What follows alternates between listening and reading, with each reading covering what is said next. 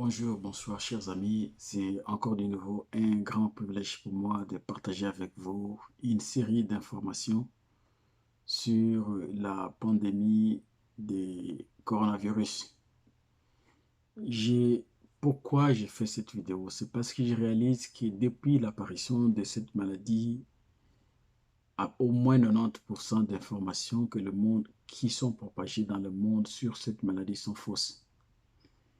Et plus le jour passe, on s'aperçoit à quel niveau la science a quitté la médecine.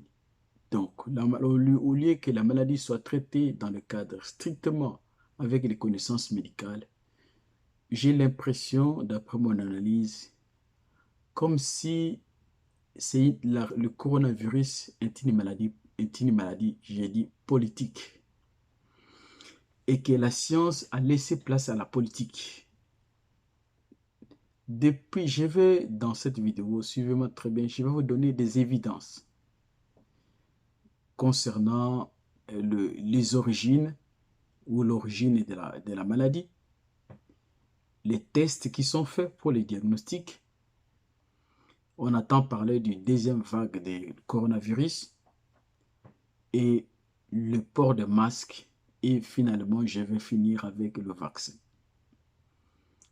Suivez-moi très bien parce que les choses que je vais dire parfois peuvent être très difficiles, mais c'est important de connaître qu'il y a beaucoup de mensonges qui sont diffusés dans le monde sur cette maladie.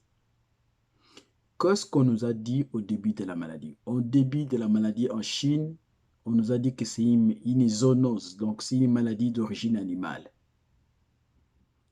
qui pouvait se transmettre à l'homme. Et que dans certains fermes au niveau de Wuhan, et c'est à partir de là que la maladie a commencé. Donc la maladie est passée d'un animal, ils ont même évoqué l'hypothèse des pangolins. Et la maladie s'est propagée. Tout a commencé par cette fausse information. Et ils ont dit que c'est une maladie d'origine animale. Les Chinois ont caché la vérité pour dire ce qui s'est réellement passé. Il y avait des soupçons que c'est une invention de laboratoire. Ils ont dit non, c'est une maladie d'origine animale. Et tous les autres scientifiques du monde ont commencé à croire à la version chinoise des faits. Et ils ont cru que exactement la maladie provenait de la transmission à partir de l'homme a reçu cette maladie en étant en contact avec les animaux.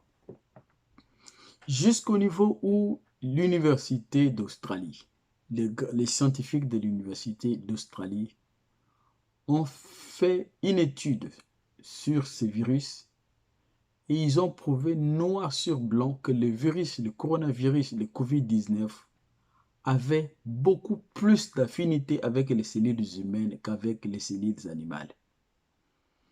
De manière simple, ils ont prouvé que cette maladie venait du laboratoire. Et ça ne venait pas d'un animal, des animaux. Parce que l'affinité, vous ne pouvez avoir plus d'affinité qu'avec les gens dans lesquels vous vivez. Alors, ils ont vérifié après plusieurs expériences que la maladie venait des animaux. Ne venait pas des animaux, mais c'était une invention de laboratoire. Et parmi ces gens-là, vous allez trouver un célèbre virologiste chinois du nom de Dr Li Mengyang. C'est un grand virologiste chinois. Il a affirmé que le COVID-19, c'est purement une invention de laboratoire. Ce virus ne provient pas des animaux. Et après, plusieurs autres chercheurs à travers le monde ont su émettre des avis dans le même sens. Donc, ils ont commencé par de fausses informations que le virus était d'origine animale, alors que c'est une invention de laboratoire. D'autres informations, si vous suivez les médias, avant que cette pandémie ne puisse commencer en Chine, il y avait une forte explosion au niveau de Wuhan. C'est après cette explosion, le lendemain de cette explosion, si vous avez besoin de ces informations, vérifiez la date avant l'apparition de la maladie dans la cité de Wuhan, ça a été une explosion. Après cette explosion, la maladie a commencé. Mais toutes ces informations, les pays communistes ont caché. Maintenant, ils ont donné une fausse. Donc, tout a commencé. C'est comme on dit en philosophie, lorsque les prémices sont fausses, vous n'aurez pas de conclusion. Et après les origines qui étaient troubles, qui n'étaient pas certaines, on est encore arrivé au niveau du diagnostic. Et au moment où on est arrivé au niveau du diagnostic, souvenez-vous au début de la maladie, on avait crié que non, il y avait le retard ou les lenteurs dans la prise des résultats des tests. Pourquoi? Pour comprendre ce qui justifie ce retard, c'est parce que le test de la biologie moléculaire qu'on appelle de manière abrégée en anglais PCR, donc Polymerase Chain Reaction, c'est un test qui est de la biologie moléculaire qui ne donne de résultats qu'après 1 à 3 jours. C'est comme ça que ce test a été fait. Alors, lorsque la maladie a commencé, ils ont tenté avec les tests. Comme ça faisait 1 à 3 jours pour avoir les résultats, alors on s'est dit que non, pendant ce temps-là, il y aura la propagation du virus, quelqu'un peut transmettre à d'autres personnes. Alors, il faut faire des tests rapides. C'est comme ça que Trump a dit aux Américains de tout faire pour mettre en exergue un test de détection rapide. Et les premiers qui ont mis ces tests de détection rapide, c'est les laboratoires qu'on appelle Abbott. Ils ont mis un test de dépistage rapide qui donne le résultat dans les 13 à 15 minutes. Alors, lorsqu'ils ont mis les tests à commencer, ils ont fait des publicités, c'est un test fiable. Quelques temps après, les tests s'est révélé que c'est un test qui n'est pas fiable. Si vous suivez les médias, l'appareil qui a été installé dans la Maison Blanche, avec l'étude de l'Université de New York, a révélé que cet appareil donnait jusqu'à un taux de 48% de faux résultats. On dit en termes médicaux, on dit des faux positifs et des faux négatifs. Donc, vous êtes malade, les tests que vous n'êtes pas malade, donc les tests vous donnent une réponse contraire à ce que vous êtes, jusqu'à un taux de 48%.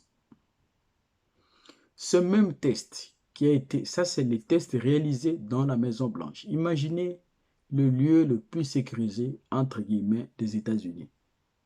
Et les tests qui ont été déposés là-bas donnaient jusqu'à un taux de 48%. Si vous ne croyez pas ce que je vous dis là, prenez les articles, vous allez trouver, c'est bien écrit. L'Université de New York a révélé que les tests qui étaient utilisés dans la Maison Blanche donnaient de faux résultats, jusqu'à 48%.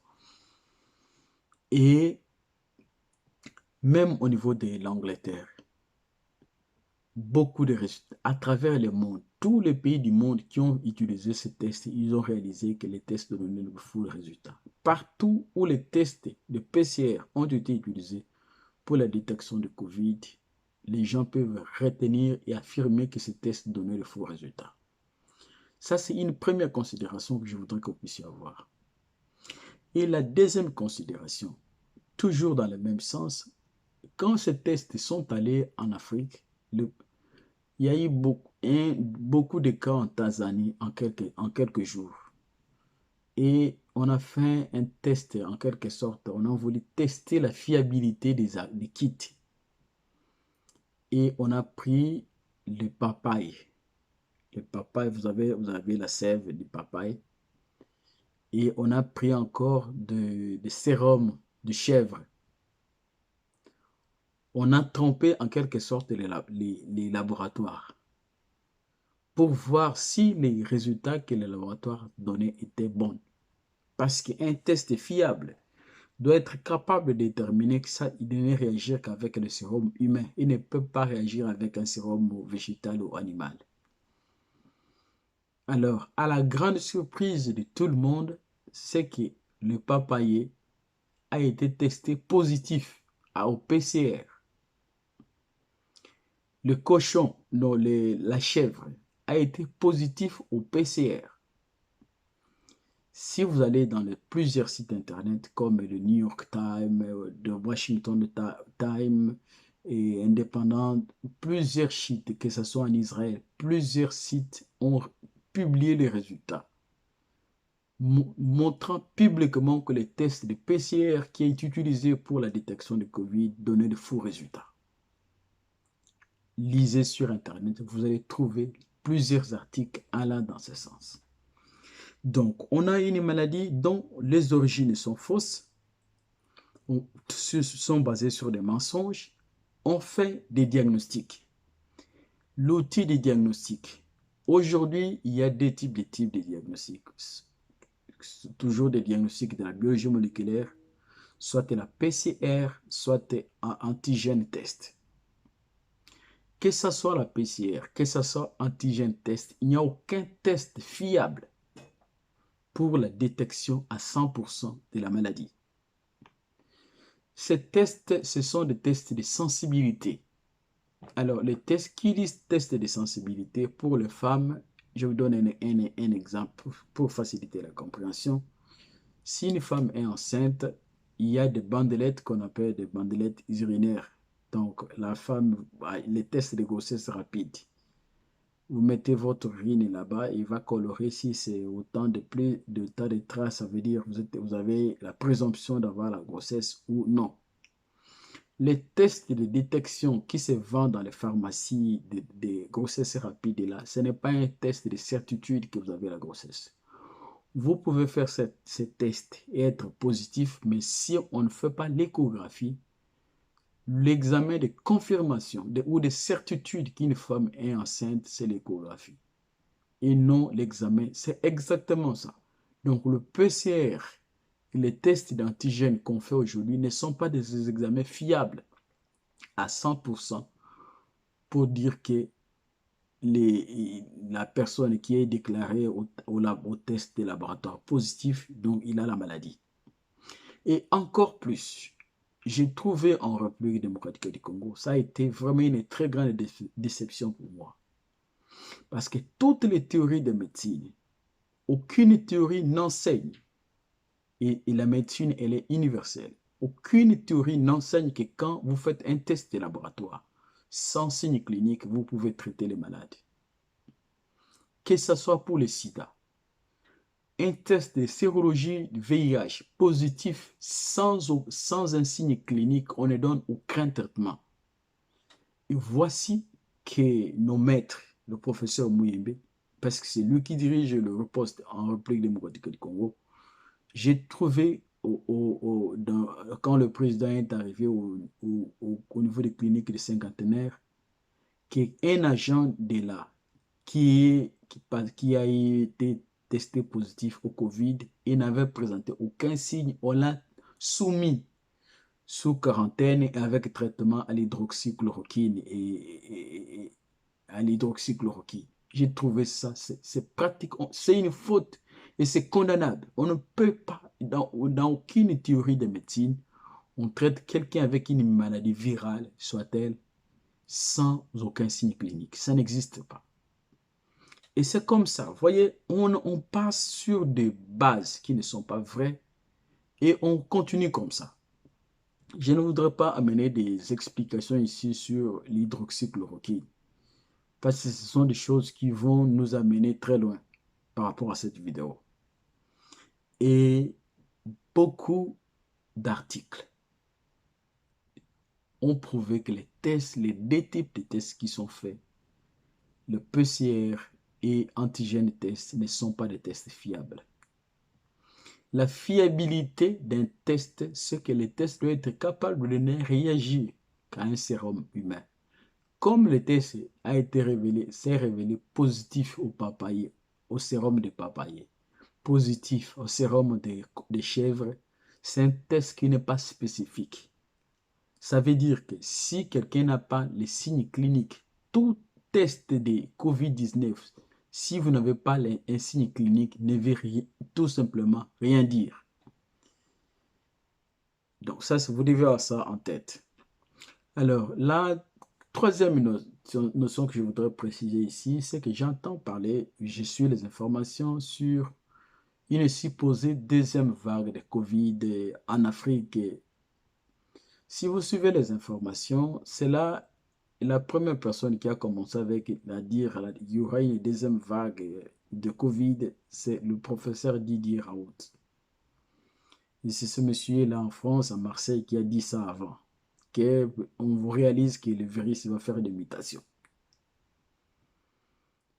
Et quelques temps après, le monsieur a invité quelques Africains là-bas en France pour s'entretenir avec eux, pour que les Africains là, puissent donner leur approbation sur soi-disant miracle de l'hydroxychloroquine et avec l'antibiotique. Donc le schéma de Didier Raoult, que c'est un schéma qui marche et que donc pour qu'on utilise, on généralise ce schéma. Et ces gens sont allés là-bas. À leur retour, ils sont venus faire du copie-coller. Que non, les gouvernements africains doivent être se préparer à une deuxième vague de la maladie qui commence. Et directement après leur déclaration, sur terrain, oh, il y a 50 cas. Oh, il y a 100 cas de nouvelles infections. Vous voyez, il y a un mensonge que ces gens n'ont pas dit à la vérité. Ils n'ont pas dit à la population. Qu'est-ce qui est comme vérité? Allez cliquer sur Internet, vous allez trouver une étude intitulée Concordance vaccinale, antigrippale et Covid-19. Vous allez trouver cette étude qui a été publiée récemment ici. Qu'est-ce qui a été? C'est quoi cette étude? Parce que dans les pays occidentaux, lorsqu'il y a le froid, donc pendant la saison de froid, on a tendance à vacciner les gens parce que le froid accroît la probabilité des infections respiratoires en général. Quand il y a froid, les gens font beaucoup de maladies respiratoires. Alors, les pays occidentaux, chaque année, lorsqu'il y a froid, avant que le froid ne commence, on commence la vaccination. Et avant qu'on ne commence la vaccination, vous pouvez aller lire sur cette étude. Vous allez trouver les courbes de l'évolution de Covid en Belgique, en Grande-Bretagne, au Portugal et en Suisse. Vous allez trouver que les courbes des Covid-19 avant qu'on vaccine la population étaient en plateau. Et si vous suivez les informations, vous allez vous rendre compte que ça donnait l'impression qu'on avait, c'est que la maladie maintenant était dans le sens de la disparition. Et quand on a commencé la vaccination, un jour, 2 jours, 3e jour après la vaccination, le taux de Covid a augmenté. Vérifiez, même si vous n'avez pas fait les statistiques, il y a des courbes qui sont publiées de ces études. En Suisse, en Portugal, Grande-Bretagne, encore même en France, juste au moment où on a commencé la vaccination antigrippale, automatiquement, dans le 2e jour qui ont suivi la vaccination, il y a eu une augmentation exponentielle des cas de Covid. Et c'est ça qui a justifié, c'est cet élément-là qui a justifié la panique que nous voyons maintenant en Europe sur la seconde, en quelque sorte comme une nouvelle vague de Covid. Mais posez-vous la question, la maladie est venue de Chine. Pourquoi il n'y a pas une deuxième vague de Covid en Chine? Parce que l'origine de la maladie a commencé là-bas.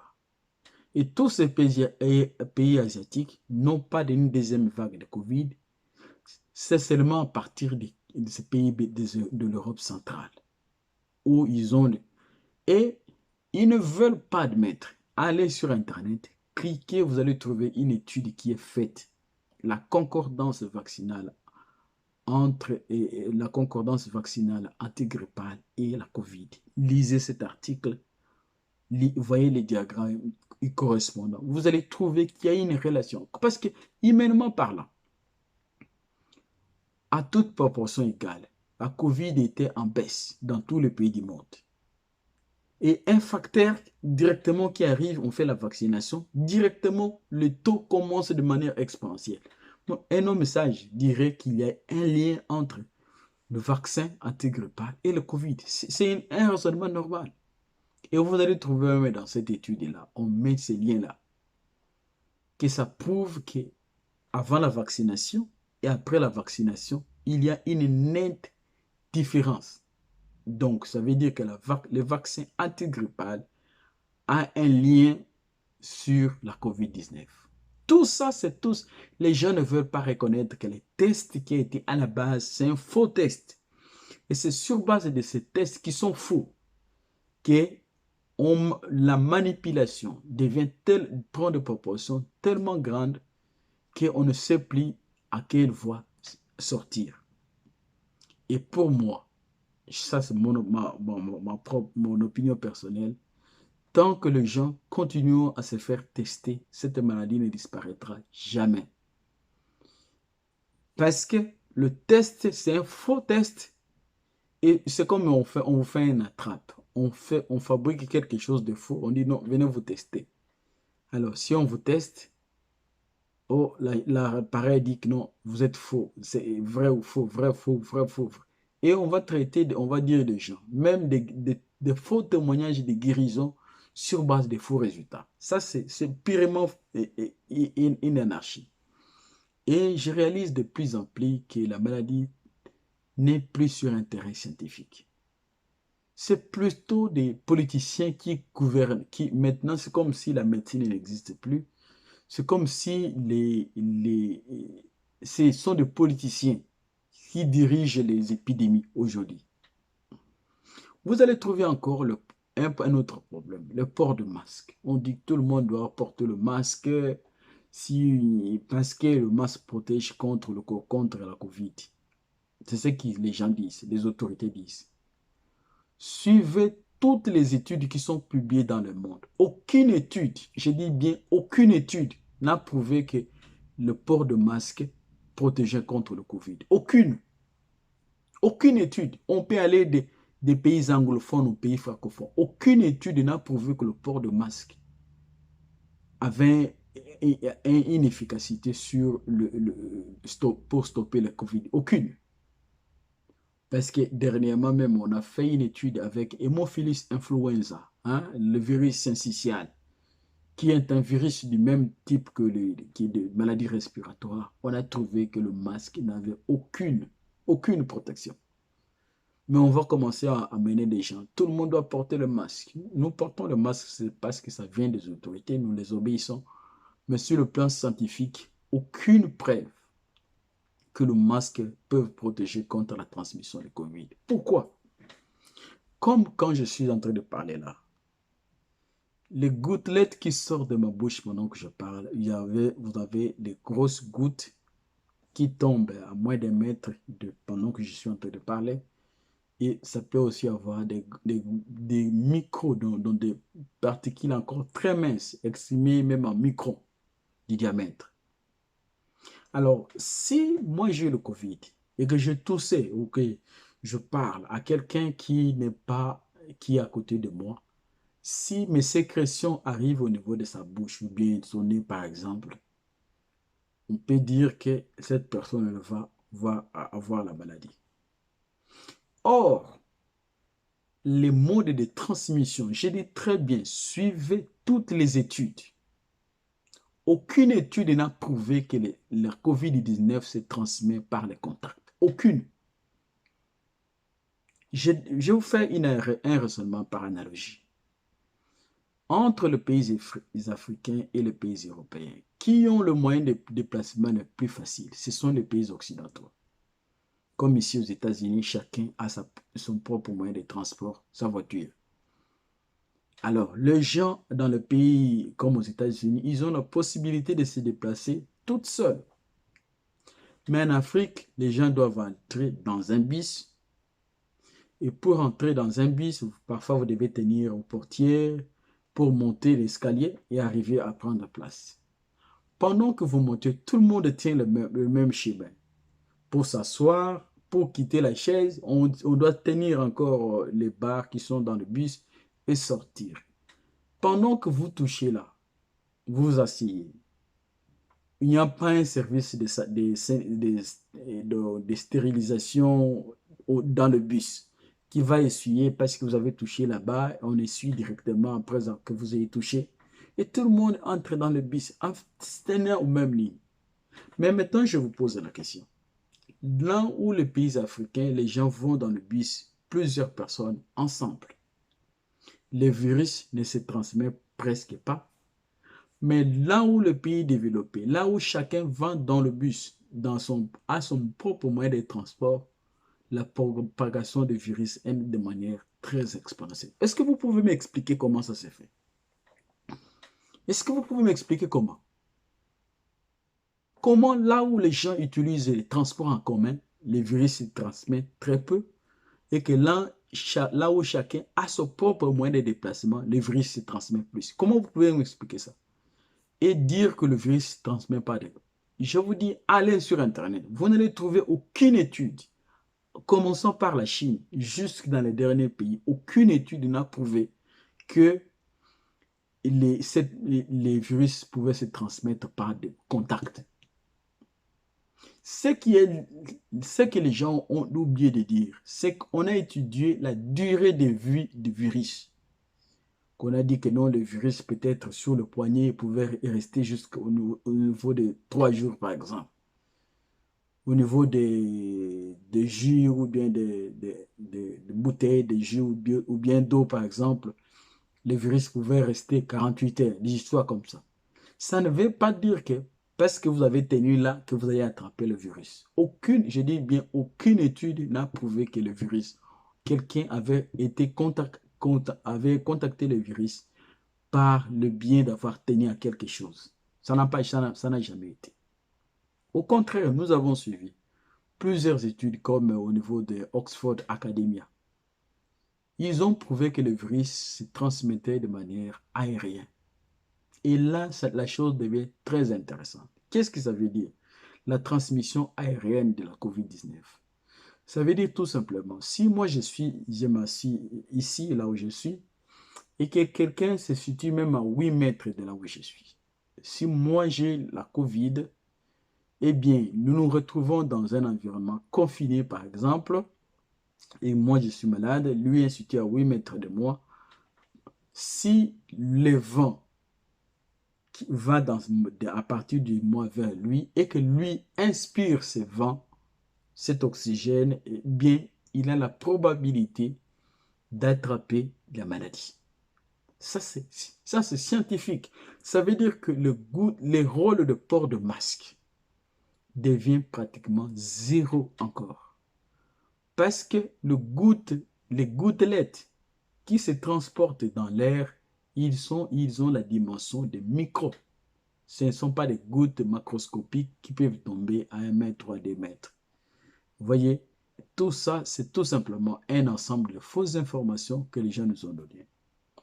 Alors, pour finir, je dis très bien, aucune étude n'a prouvé que le port de masque avait des garanties sur la COVID. Alors, et pour finir, je voudrais parler de manière brève sur le vaccin, les fameux vaccins que vous suivez, qu'il y a un vaccin qui est mis en exergue, qu'on appelle par la société Pfizer, le vaccin contre la COVID. C'est encore une très grande escroquerie. Écoutez-moi très bien. Il y a une très grande différence entre le vaccin pour la COVID-19 et les autres vaccins qui sont connus depuis des siècles. Dans les autres vaccins qui sont connus, quel est le mécanisme?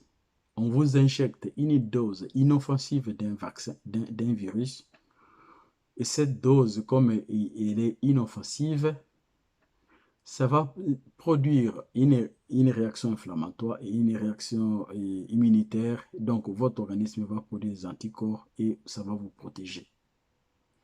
Les vaccins contre la COVID-19 diffèrent des autres vaccins qui sont connus dans le monde. Ces vaccins, c'est tout simplement, on vous injecte des anticorps. Sans que votre organisme puisse produire des anticorps, on vous injecte des anticorps. Le terme qui est utilisé de manière scientifique, ça s'appelle ARN messager. acide ribonucléique messager. Donc, c'est l'ADN qui va se transformer en ARN. Donc, ADN, ARN et ADN messager. Vous savez, ce sont des notions de biologie dans la transcription au niveau de la division cellulaire. Alors, c'est le vaccin qui est mis en exergue par la société Pfizer. C'est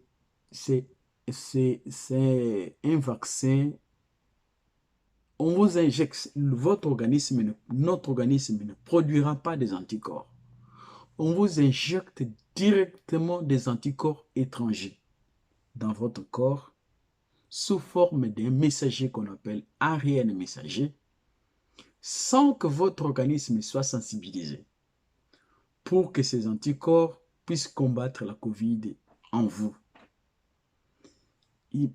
Quelle est la logique? Si vous comprenez très bien la biologie, cela va entraîner en quelque sorte une modification du génome de la personne.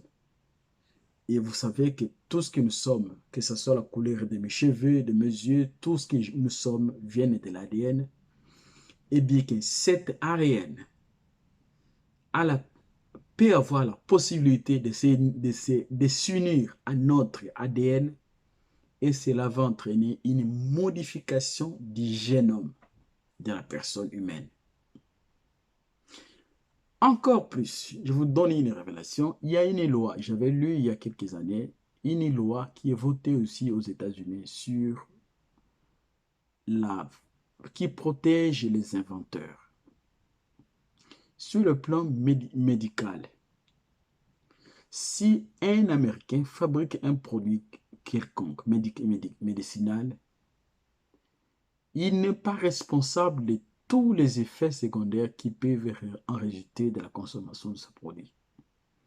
Il n'y aura aucune indemnisation. Si un Américain fabrique un vaccin et que vous consommez ce vaccin et qu'après 4 ans, on réalise que le vaccin qui a été produit par ce monsieur entraînait, par exemple, une sclérose en plaques ou peut-être entraîner des atrophies cérébrales ou une certaine complication grave plus tard, pouvant entraîner même la mort des gens. L'Américain n'indemnisera personne. La loi existe aux États-Unis. Nous ne sommes pas en France ou dans les pays européens où on indemnise les patients parce qu'on a fabriqué la plaque Nil et qu'on a réalisé que ces neuroleptiques avaient des problèmes cancérigènes et on doit indemniser les gens. Un produit pharmaceutique qui est fabriqué par un Américain, vous le consommez si ce produit a des effets secondaires. La société qui a produit la société Pfizer, ne répondra jamais devant la loi. Il sera protégé. Voici devant les dilemmes dans lesquels on met la population. On sait que les lois américaines protègent les inventaires contre tout risque de poursuite au cas où leur produit deviendrait à être toxique. Mais on produit un vaccin. Où est-ce qu'ils ont allé tester l'efficacité de ce vaccin? Où? Pendant qu'il y a la maladie, ils l'ont testé où?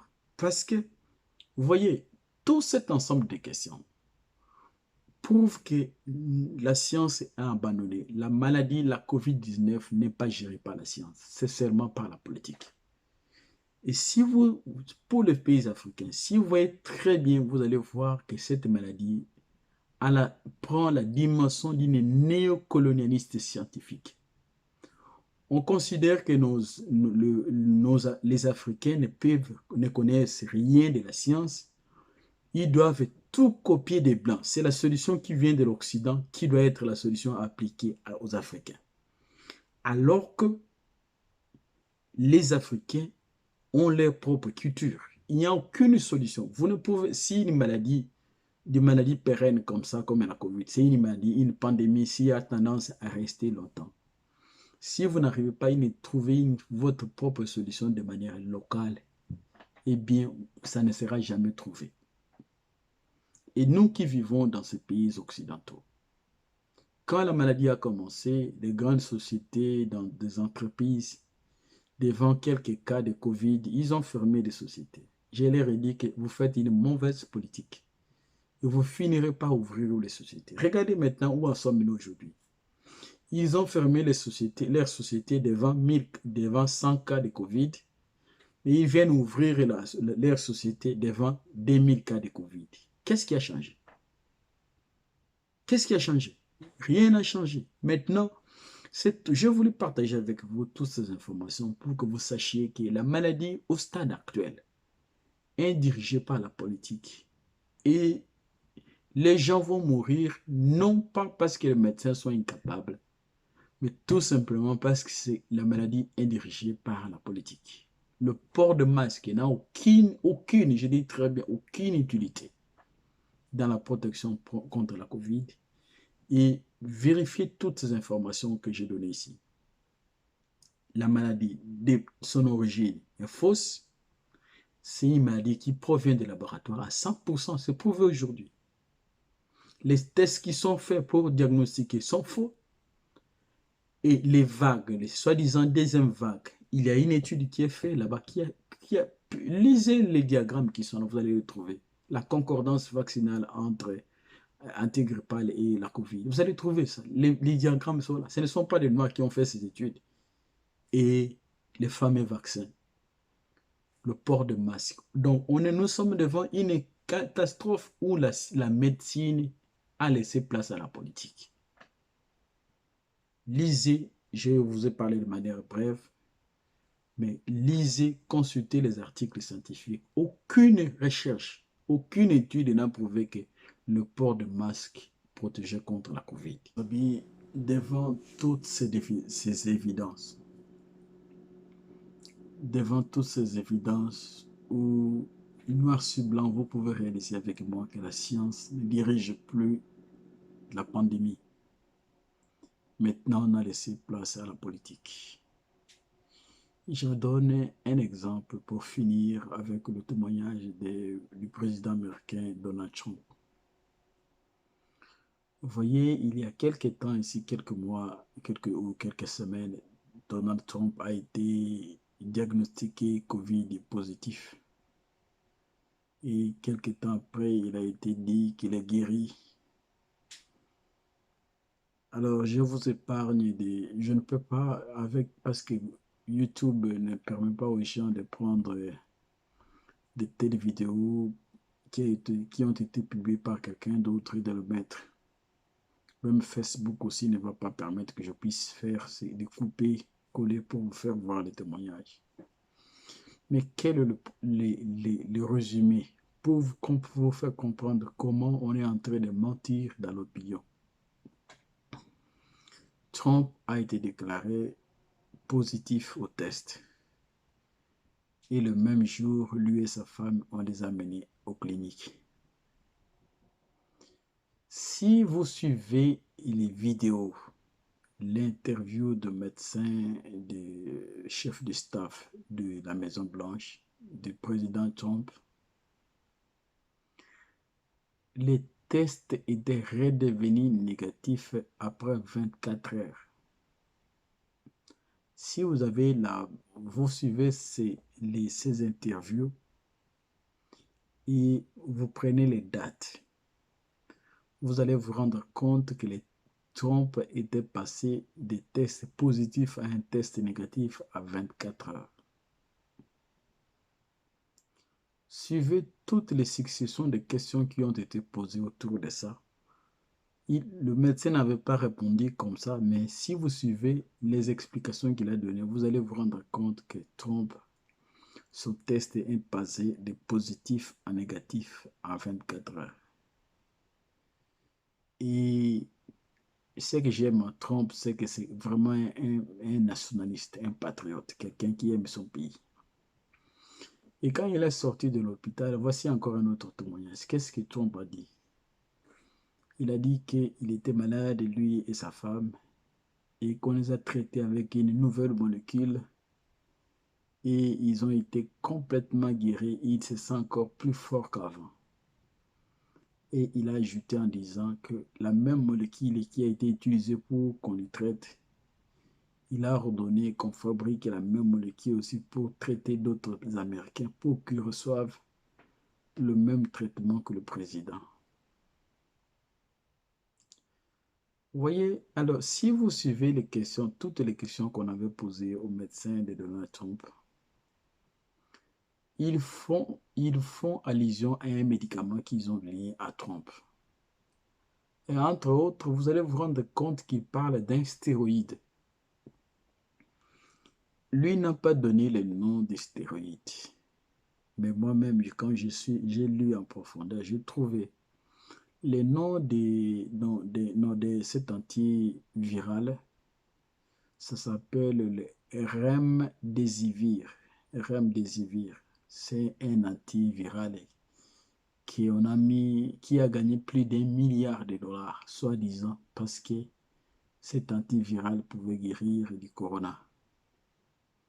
Alors qu'il s'est avéré que c'est un faux médicament qui ne protégeait en rien, il n'avait aucune efficacité sur la COVID. Mais parce que c'est une information, les gens sont à la quête de la manipulation. Quand on les a dit que cet antiviral pouvait guérir ou soigner les personnes atteintes de COVID, les propriétaires de cette société ont gagné plus d'1 milliard de dollars.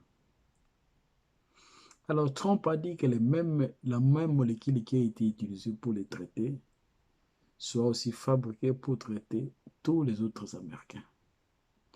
Maintenant, au lieu qu'on nous brandisse la molécule qui a été utilisée pour traiter Trump, on n'en parle plus. Personne n'en parle. On change de classique, on dit non, c'est le vaccin. Le vaccin n'est pas un traitement.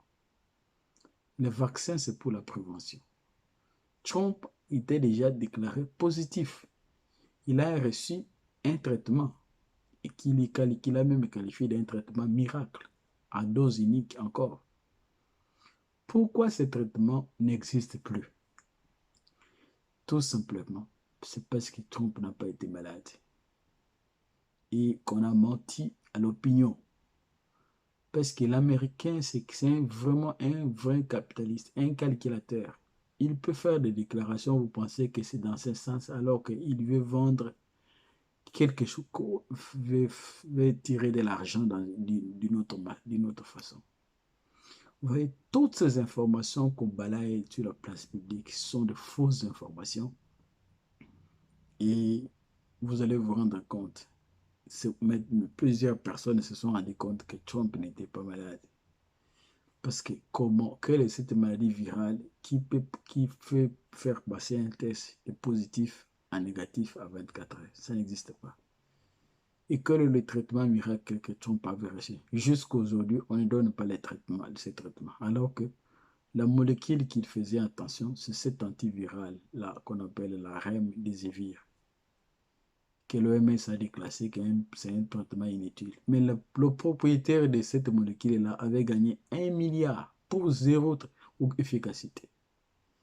Vous voyez, et tout cet ensemble de faits prouve que la maladie est en train d'être gérée par la politique.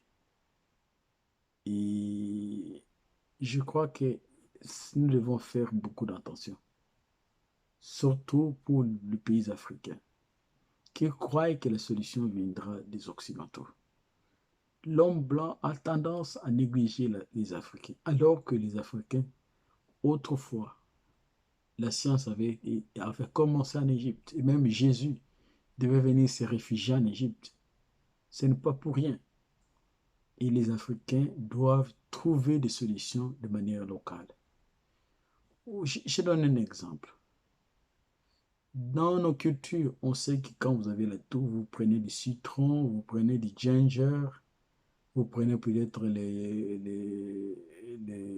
vous associez peut-être à autre chose, et vous consommez ça, ça vous guérit.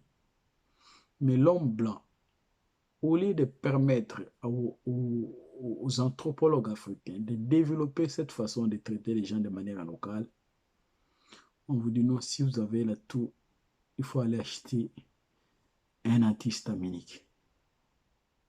Alors que si dans la même proportion, à toute proportion égale, vous vous déplacez quelque part, vous pouvez vous retrouver dans des situations où vous n'avez pas de pharmacien, des pharmacies. Où est-ce que vous allez trouver cet antihistaminique? Alors que la solution, vous pouvez avoir la solution partout. Il suffit d'avoir du citron. Les citrons sont presque partout. Vous pouvez avoir les ginger partout. Vous pouvez avoir d'autres, les ail partout. Ce sont des solutions locales. Mais nous, les Africains, nous avons été bernés par les Occidentaux qui nous font croire que la science, c'est équilon. Et je crois qu'il est temps. Il est temps que nous puissions nous relever. Parce que cette maladie, j'ai dit très bien d'après mon regard, cette maladie est une maladie politique. Et à la suite de cette maladie, il y aura beaucoup de pays occidentaux, entre autres, qui se disent puissants, qui vont bousculer, qui se verront, s'ils étaient première puissance, deuxième puissance, ainsi de suite, ils verront cet ordre être totalement modifié. Et observer, les pays européens, ils font le deuxième vague. Et la Chine, là où l'épidémie a commencé, la Chine est calme. Mais là où les autres sont venus, ont reçu la transmission, comme ici aux États-Unis, on parle de plus de 12 millions de personnes qui sont atteintes de la COVID. Est-ce que vous pensez réellement que cela soit vrai? Non. La réponse, c'est simple. C'est tout simplement parce qu'ils ont mis leur foi dans la technologie. Alors, on a fabriqué un faux test qui leur donne de fausses informations. Or, quel est le traitement qu'on traite la COVID aujourd'hui? Il est prouvé noir sur blanc que voire même 85% de personnes qui sont atteintes de la COVID guérissent tout seules, sans prendre un traitement. Ils guérissent toutes seules. Alors, si 80%, prenons même 80% des personnes qui atteignent de la COVID guérissent tout seules, ils disent que le vaccin de Pfizer a une efficacité à 90%. Maintenant, je vous pose la question.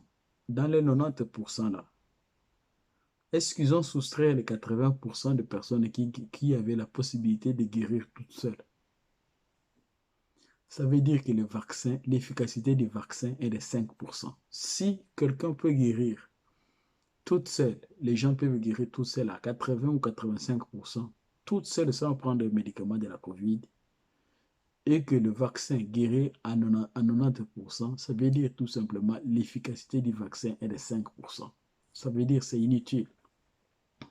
Et pour finir, retenez que personne ne garantira l'innocuité, donc le sans danger de ce vaccin.